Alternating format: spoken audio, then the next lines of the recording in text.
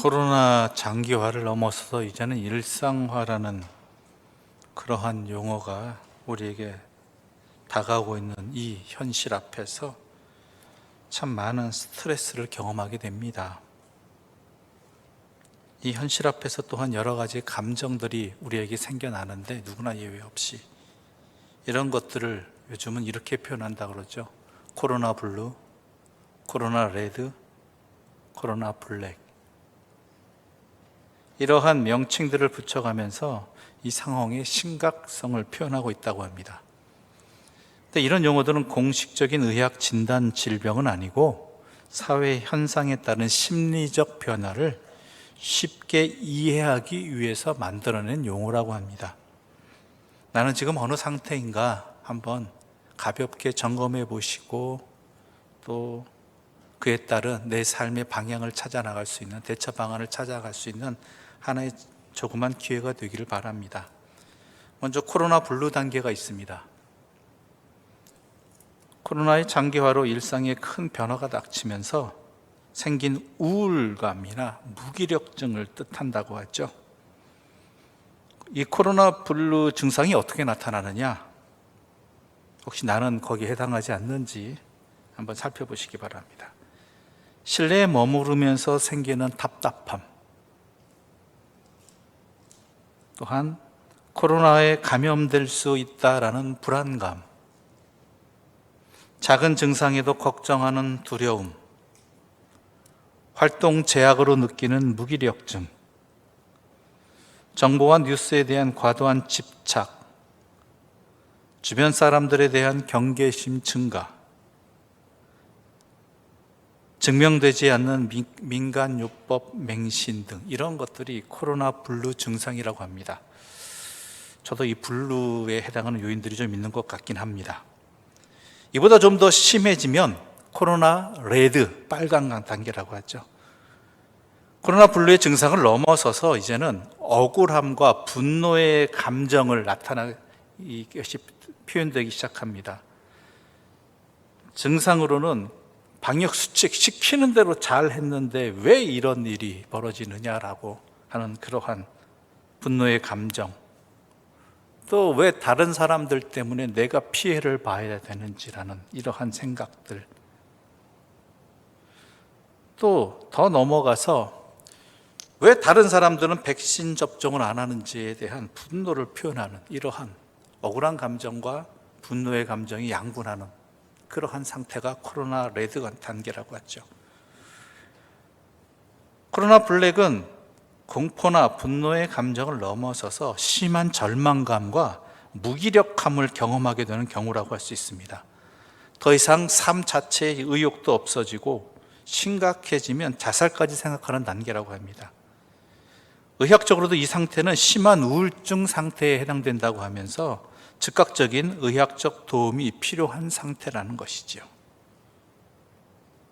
아무튼간 블루건 레드건 블랙이건 간에 아니면 복합적이든 오늘날 이 시대를 살아가는 모든 사람들은 이와 같은 스트레스로 인한 우울감들을, 우울증들을 다 안고 살아가고 있고 이것이 어떻게 좀 해결되기를 바라는 그러한 마음, 그 해결이 우리의 상황들이 조금 더 바뀌어지고 또한 현실의 어려움들이 해결되어지는 그런 것들을 통해서 나타나기를 바란다는 것이죠.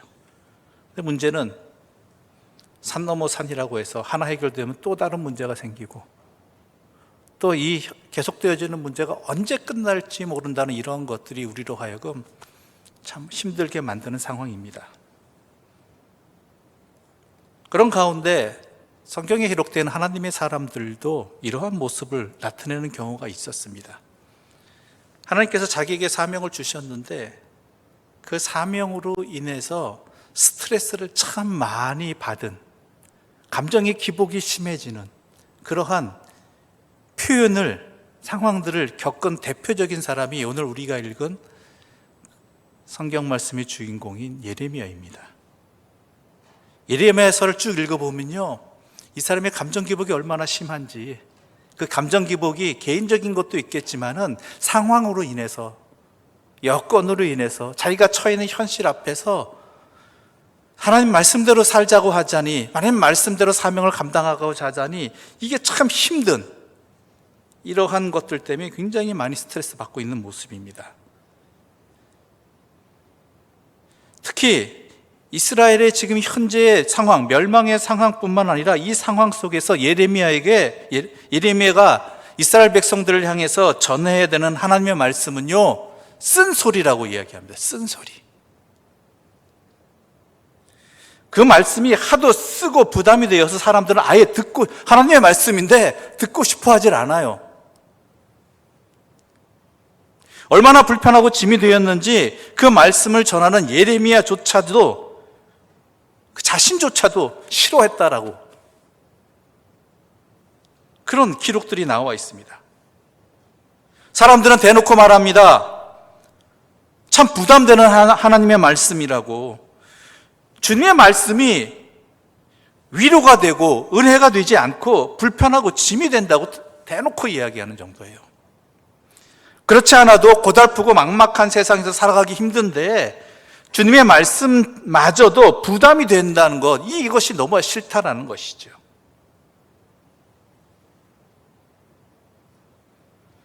그래서 그 사명을 감당해야만 할 때마다 예레미야는 매번 스스로에게 이렇게 질문했다고 합니다. 사람들이 정면으로 거부하는 이 메시지를 내가 과연 세상에 선포할 수 있을까? 선포해야만 하나? 가뜩이나 세상살이 힘든 사람들한테, 듣기 불편해하는 사람들한테 진짜 위로가 되고 힘이 되는 말씀이 필요하다고 여겨지는 사람들한테 이 하나님의 쓴소리를 내가 전해야 하는가?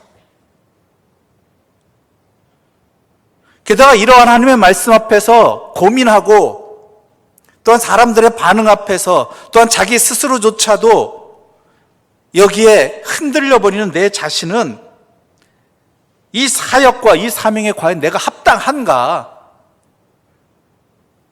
하나님의 말씀을 받은 사람이라면, 그걸 전하는 사람이면 담대해야 되는데 자기는 안 그렇다라는 것이죠. 계속 고민한다라는 것이죠. 자기도 불편하다라는 것이죠. 사람들이 싫어하는 건 나도 싫다라는 것이죠. 이러한 자기 의심과 회의는요, 평생 그를 괴롭혔습니다. 하나님이 단번에 딱 해결해 주셨으면 좋겠는데 계속 이거는 그의 평생의 고민이었어요. 그를 괴롭히는 일들이었죠. 그럼에도 불구하고 이 예레미야가 이 사명을 놓지 못한 것은요, 첫 번째로 하나님이 안 놓아주셔서 그래요. 하나님이 난 놓겠습니다, 그만하겠습니다, 못하겠습니다 하는데 안 놓아주셔요. 하나님이 붙드시니까, 하라고 하시니까. 그러면 또 이제 해야 되잖아요. 마음에서 부릴 듯 하니까 고민합니다, 두려워합니다. 그러면서 하나님 말씀 들려주시는 말씀을 듣고 전하고, 또 고민하고, 또 들려주시니까 전화를 하니까 하고, 또 고민하고, 이런 것을 반복하면서 하다가 그는 깨달은 게 뭐냐면 이 하나님의 쓴소리에 담겨있는 참된 뜻을 알게 되는 것이죠. 참된 뜻이 무엇인지. 근데 안다고 다 안가요? 아는데 또 나가서 전해보면 사람들이 안 그렇게 반응하니까 또 난 안 되나 보다. 하나님의 참뜻은 이러한데 사람들이 참 안 듣는구나, 이해하지 못하는 거 내가 문제구나, 이런 고민 또 빠지게 되고, 난 못하겠습니다. 그러면 하나님이 또 아니다 하라고 그러고, 이런 상황들이 계속 반복되는 것이죠. 아무튼 그가 그런 가운데 하나님의 쓴소리를 전합니다. 하나님의 참뜻이 무엇인지를 전하고자 합니다. 그게 오늘 본문의 내용 가운데 담겨 있습니다. 예레미야는 하나님을 등지고 살아온 삶의 결과가 지금이라고 이야기합니다. 지금 이 재앙은 하나님을 등지고 살아온 삶의 결과라는 것이죠. 예루살렘 사람들은 전쟁과 기근과 연병에 시달렸습니다. 우상 숭배에 이스라엘은 빠져 있습니다. 하나님의 뜻을 저버린 예루살렘에 하나님의 진노가 내린 것입니다. 하나님께서는 바벨론 군대로 하여금 예루살렘을 불사르도록 하겠다고 선포하시고, 이제 예루살렘의 멸망은 기정사실이 되었습니다. 돌이킬 수 없습니다. 그런데 이 엄혹한 선언 가운데 예레미야는 희망을 깨닫습니다. 뭐 어떤 희망인 줄 아세요? 여러분 이거 분명히 기억하십시오. 이 모든 일을 주관하신 분은 누구이시다? 하나님이시다. 이게 유일한 희망이에요. 확신이에요. 상황이나 이런 것들 아니에요. 사람 아니에요. 이 모든 일들을 주관하시는 이. 이 심판의 엄혹한 자리에서도 주관하시는 분 누구세요? 하나님이시라는 거예요. 내가 넘겨주겠다, 내가 태워버리겠다 하시는 하나님의 심판은 엄혹하시지만 그 하나님은 어떤 분이셔요? 파괴로 끝내지 않으시는 분이라는 거예요.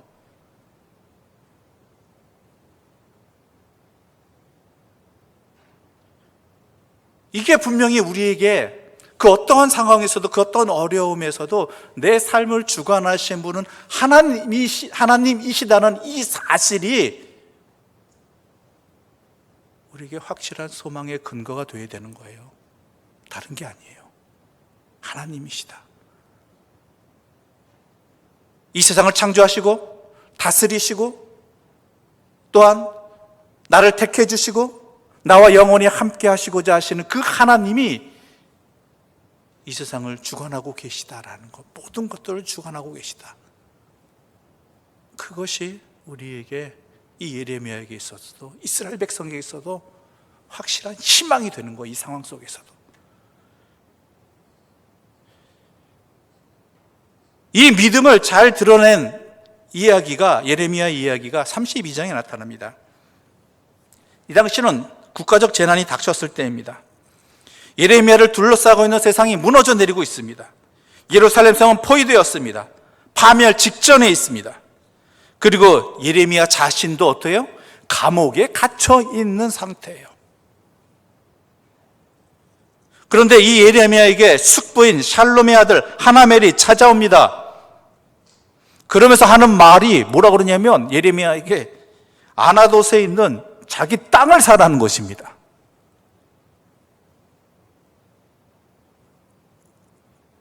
기업을 물을 권리가 예레미야에게 있기 때문입니다. 왜냐하면 이스라엘 사람들은요, 땅의 주인은 하나님이시다라는 것을 분명히 믿었어요.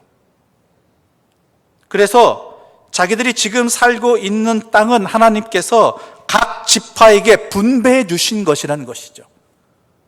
근데 사람이 살다 보면 아무리 하나님이 분배해 주셨다 할지라도 형편에 따라 상황 때문에 어쩔 수 없이 팔 수밖에 없을 때가 있잖아요. 그렇죠? 그런데 이때 팔 때 하나님께서 이미 분배해 주신 각 지파에 분배해 주신 땅이므로 이 분배된 이 땅을 다른 지파에게 넘기는 건 안 되는 일이에요. 그렇다면 어떻게 해야 되겠어요? 팔아야 되는데. 자기와 같은 지파인 가까운 친척에게, 가장 가까운 친척에게 그것을 사야 할 의무와 권리가 있는 것이죠. 사줘야 돼요. 그 사람이 형편이 안 되면 그 다음 가까운 친척에게. 이게 기업 물을 권리라고 이야기하는데요. 그랬을 때 예레미야가 그 숙부 샬롬의 아들 하나멜에게 가장 가까운 친척이었던 것이죠. 그러니까 내 땅을 사라 이거예요. 내가 땅을 팔 형편이다. 근데요, 여러분,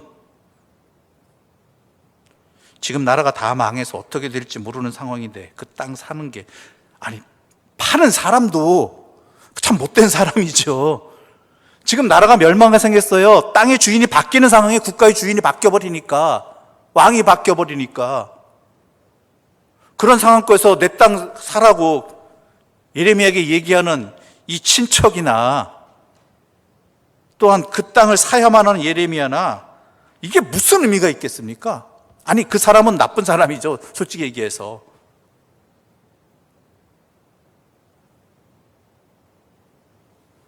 그런데 뭐라고 얘기했습니까? 하나님께서 하나멜의 땅을 사라고 예레미야에게 말씀하시는 거예요. 나라가 망하고 있는데 땅을 산다니 이게 얼마나 바보짓입니까? 그리고 이 예레미야의 행동을 본 사람들의 눈에는요, 이건 웃음거리에 불과할 뿐이에요. 지금 무슨 상황인데 저를 팔고자 하는 저 사람은 진짜 못된 사람이고, 그 사람은 그렇다 치더라도 그거 땅을 사고 있는 예레미야는 얼마나 어리석은 바보짓이냐 이거예요. 지금 현재 상황에서 그게 할 일이냐 이거예요. 그런데 예레미야는 깨닫습니다. 그건 사람의 생각일 뿐이다. 우리의 눈에 보이진 않지만 실상은 하나님께서 새로운 일을 만들어 가신다는 증거다라는 것이죠. 이 땅을 분배해 주신 하나님께서 이 땅을 버리지 아니하셨다라는, 이 땅을 향한 새로운 시작을 여셨다라는 그러한 증거라는 것이죠. 징표라는 것이죠. 그래서 예레미야는 그 땅을 삽니다. 왜요? 하나님이 약속하시는 미래를 믿었기 때문입니다. 그는 하나님이 먼저 파괴하신 후에 그대로 방치하시지 않고 반드시 다시 회복시키신다는 것, 하나님이 먼저 뿌리를 뽑으신 후에 그대로 방치하지 않으시고 그리고 다시 심으실 것을 굳게 믿었기 때문에 그 땅을 사는 것이었습니다. 희망은요, 상황이나 사람에게 있는 것이 아닙니다. 상황이 바뀌는 것, 이 상황을 타개해 줄 어떤 사람이 나타나는 것, 물론 그럴 수 있겠지만은 그것은 하나의 표현, 도구일 뿐입니다. 중요한 건 뭐예요? 하나님이 반드시 이루신다라는 거예요. 무엇을? 하나님의 말씀을.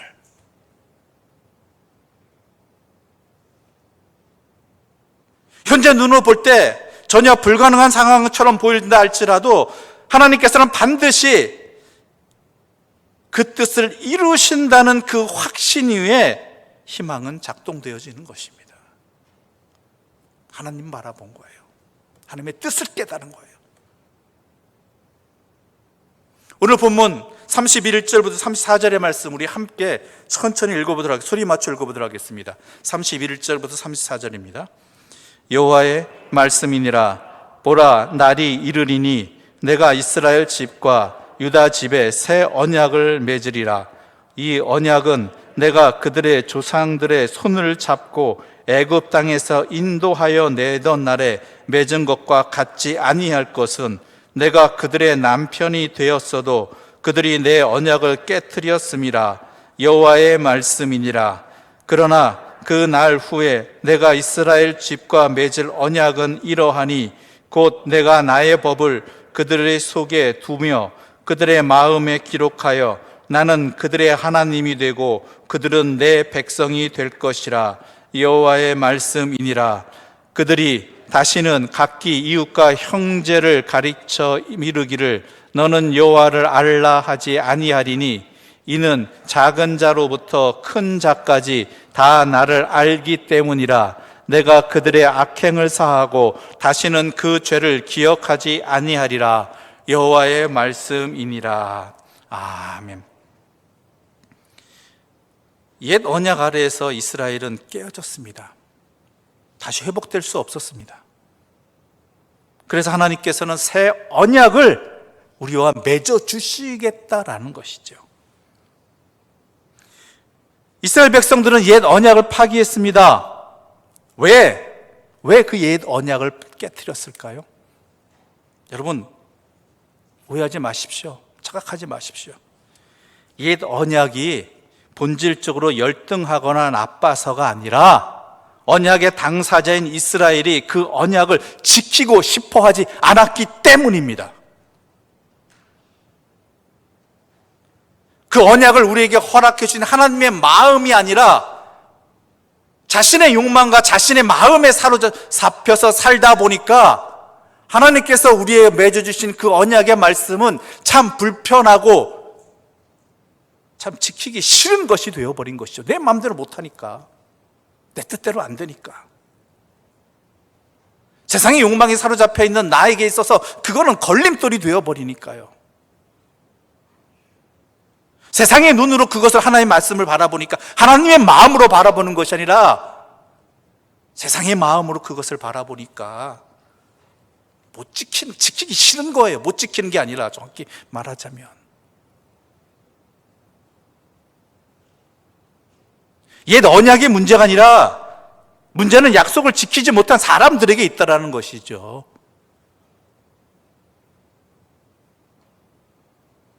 그런데 우리 하나님은 놀라우신 분입니다. 하나님은 이런 이스라엘을 탓하지 않으시고 해결 방법을 도리어 하나님이 제시해 주셔요. 약속을 깼다라면 약속을 깬 사람이, 그 당사자가 이 해결책을 제시해야 되잖아요. 그런데 이 해결책 제시 못하죠. 안 하죠. 하나님이 해주고 있어요. 때가 되면 하나님이 하나님의 율법을 사람들 가운데 두고 그것을 그들 마음 위에 기록하시겠다라는 것이죠. 때가 되면 사람들이 하나님 뜻에 순종하게 되리라는 것입니다. 그런데 그들이 순종하는 이유는요, 순종해야만 하기 때문이 아니라 자원하는 마음이 그들 안에서 일어나기 때문이라는 것이죠.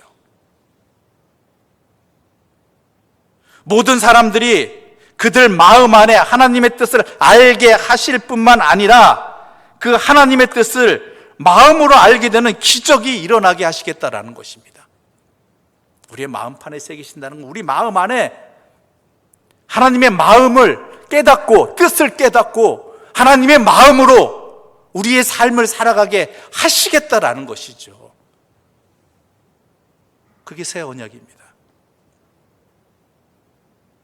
그러기 위해서 예수 그리스도를 이 땅에 보내주셨습니다. 우리 성경 한 군데 보도록 하죠. 누가복음 22장 19절과 20절 말씀입니다. 누가복음 22장 19절과 20절입니다. 함께 읽어보겠습니다. 또 떡을 가져 감사기도 하시고 떼어 그들에게 주시며 이르시되 이것은 너희를 위하여 주는 내 몸이라 너희가 이를 행하여 나를 기념하라 하시고 저녁 먹은 후에 잔도 그와 같이 하여 이르시되 이 잔은 내 피로 세우는 새 언약이니 곧 너희를 위하여 붓는 것이라. 아멘. 내 피로 세우는 새 언약이다. 하나님께서는 당신의 백성들이 깨트린 옛 언약을 예수 그리스도를 통해서 새 언약으로 대치하셨다라는 거예요. 하나님의 해결 방법이에요. 우리들은 본질적으로 죄의 노예였습니다. 그러나 예수 그리스도의 십자가로 말미암아서 지금은 하나님의 뜻에 순종할 수 있게 되었다라는 것이죠. 이제는 죄를 짓지 않을 가능성이 우리에게 주어졌다라는 거예요. 자발적으로 순종하는 삶을 가능하게 해주셨다라는 것이죠. 그런데요, 여러분, 이렇게 말은 하지만 이거 우리가 할 수 있습니까? 우리 힘으로는 안 돼요. 우리 능력으로는 불가능해요. 하나님의 뜻을 알고 하나님의 말씀대로 살아간다는 것, 이건 불가능한 일입니다. 우리에게 있어서는, 현실에 있어서는. 우리의 마음이. 그런데요, 예수 그리스도가 우리와 함께 계시고 주의 성령이 우리 안에 계시다라는 것이죠.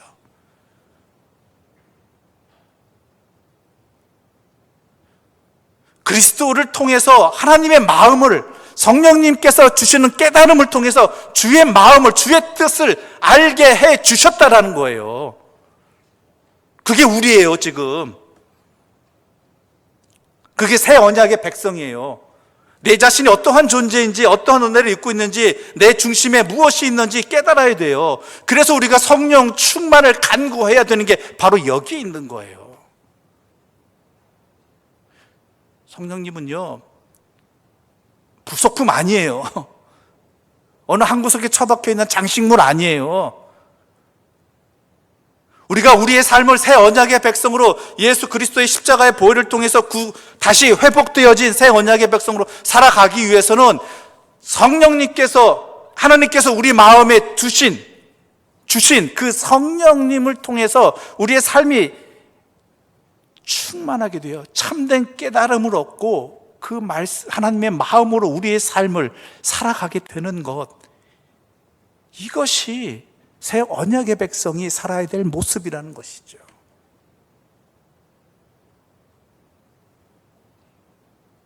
문제는 뭔지 아세요? 저도 몰라요. 손에 쥐어줘도 입안에 넣어줘도 모르는 게 우리들이에요.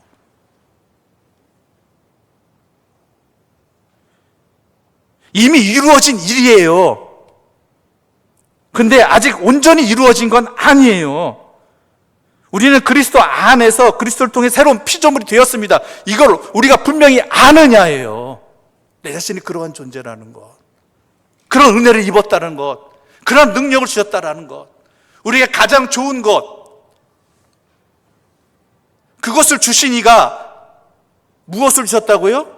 성령님을 주셨다라는데요. 우리에게 가장 좋은 것, 가장 좋은 삶을 살 수 있도록. 그러므로 우리가 이것을 분명히 안다면 우리는 이 성령님의 은혜로, 우리에게 성령님이 깨달음을 주시면 하나님의 마음으로, 하나님의 백성으로 살아가는 게 우리의 본질의 모습이, 회복된 모습이 되어야 된다는 것이죠. 이게 우리가 이루어야 될 삶의 자리예요. 지금 현실 속에서, 지금 이 땅에 살아가면서 우리가.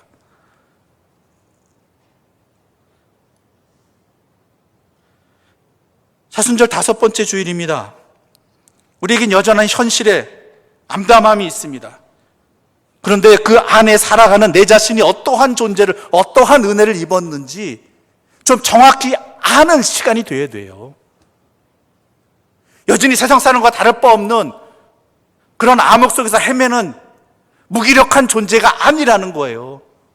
불안해하고 염려하고 남 탓하고 무기력해지는 그런 인생들이 아니라 예수 그리스도의 보혈로 회복되어진, 그로 말미암아 주어진 주의 성령이 내 안에 계셔서 나는 그 하나님의 성령님을 통해서 참된 인생의 본질을 깨닫고 어떻게 살아야 되는지도 깨닫게 되고, 지금 내가 무엇을 이 현실 앞에서 해야 되는지, 현실에 흔들리지 않고 내 삶이 나가야 될 바가 무엇인지를 정확하게 알려주시는 그 성령님의 은혜를 입은 자라는 걸 알아야 된다는 거예요.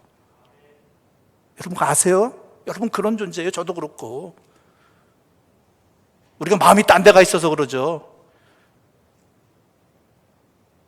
내 자신을 아직도 모르기 때문이잖아요. 여전히 나는 이 현실 앞에서 무기력한 존재, 여전히 죄의 습성에서 벗어나지 못한 존재라고 스스로를 깎아내리기 때문이지 아니에요.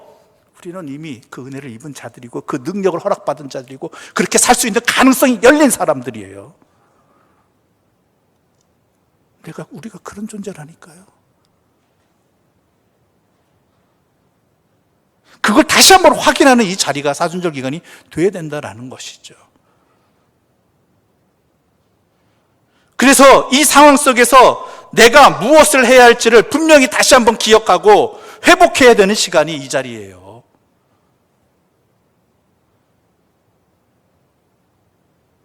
이렇게도 하고 싶고 저렇게도 해야 될 것 같죠? 그러나 분명히 아셔야 됩니다. 하나님께서 회복시키고자 하시는, 회복시키는 것이 무엇인가라는 거예요.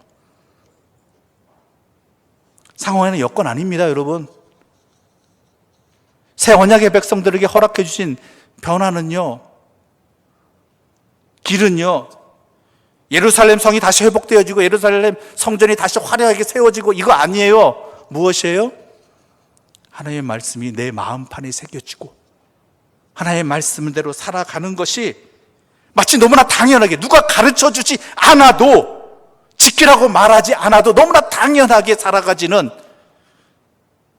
그러한 모습이 내가 지금 이 상황 속에서 회복되어져야 되고 살아가는 모습이 되어야 된다는 것이죠.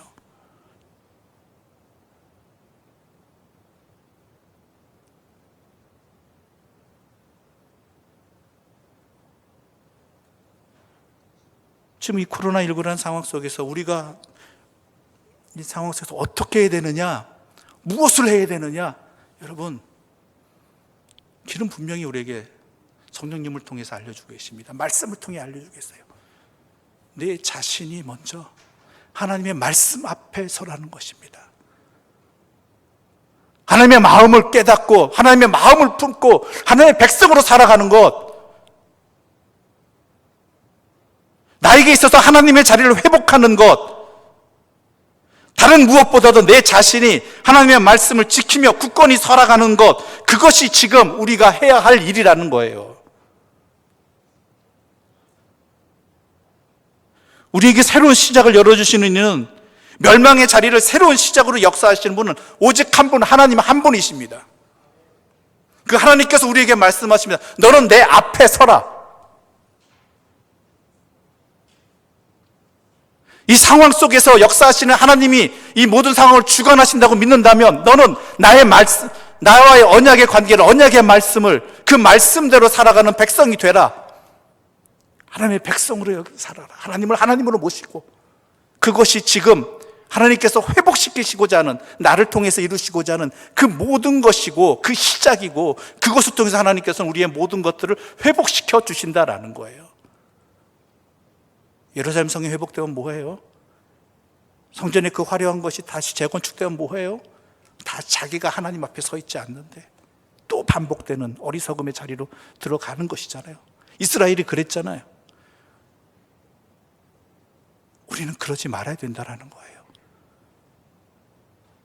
전능하신 하나님께서 우리에게 길을 열어주셨고, 그렇게 할 수 있도록 성령님은 우리에게 허락해 주셨고, 그럴 수 있도록 예수 그리스도를 통해서 우리를 하나님의 자녀로 회복시켜 주셨습니다. 그렇다면 이 현실 앞에서 두렵고 떨리고 무기력한 존재들, 어리석은 선택을 하는 자들이 아니라 분명히 해야 될 바를 행하는 주의 사람으로 살아가시길 바랍니다. 그것은 내 자신이 하나님의 백성으로 살아가는 것, 주의 말씀을 내 마음판에 새기고 하나님의 마음으로 살아가는 것, 바라보고 판단하고 행동하고 살아가는 것, 바로 거기에 새로운 회복이 열리게 되는 것이고, 그것이 바로 진정한 하나님의 뜻입니다. 그것을 바라보며 십자가를 향해 나아가시는 주의 사람들 되시기를 간절히 소망합니다. 기도드리겠습니다. 하나님 아버지, 감사합니다. 우리에게 이 어두운 현실 앞에서 하나님이 역사하고 계심을 다시 한번 확신하게 해주시니 감사합니다. 또한 예수 그리스도의 십자가를 통하여서 우리가 죄의 어리석음에서 벗어나 하나님의 자녀로 회복되었음을, 그리하여 우리가 믿음대로 살아갈 수 있는 길과 능력이 열렸음을 깨닫게 해주시니 감사합니다. 우리가 해야 될 바를, 회복되어야 될 것인 무엇인지를 분명히 깨닫게 해주셨사오니 아멘으로 우리의 삶이 응답하게 하여 주시옵소서. 예수님의 이름으로 기도드립니다. 아멘.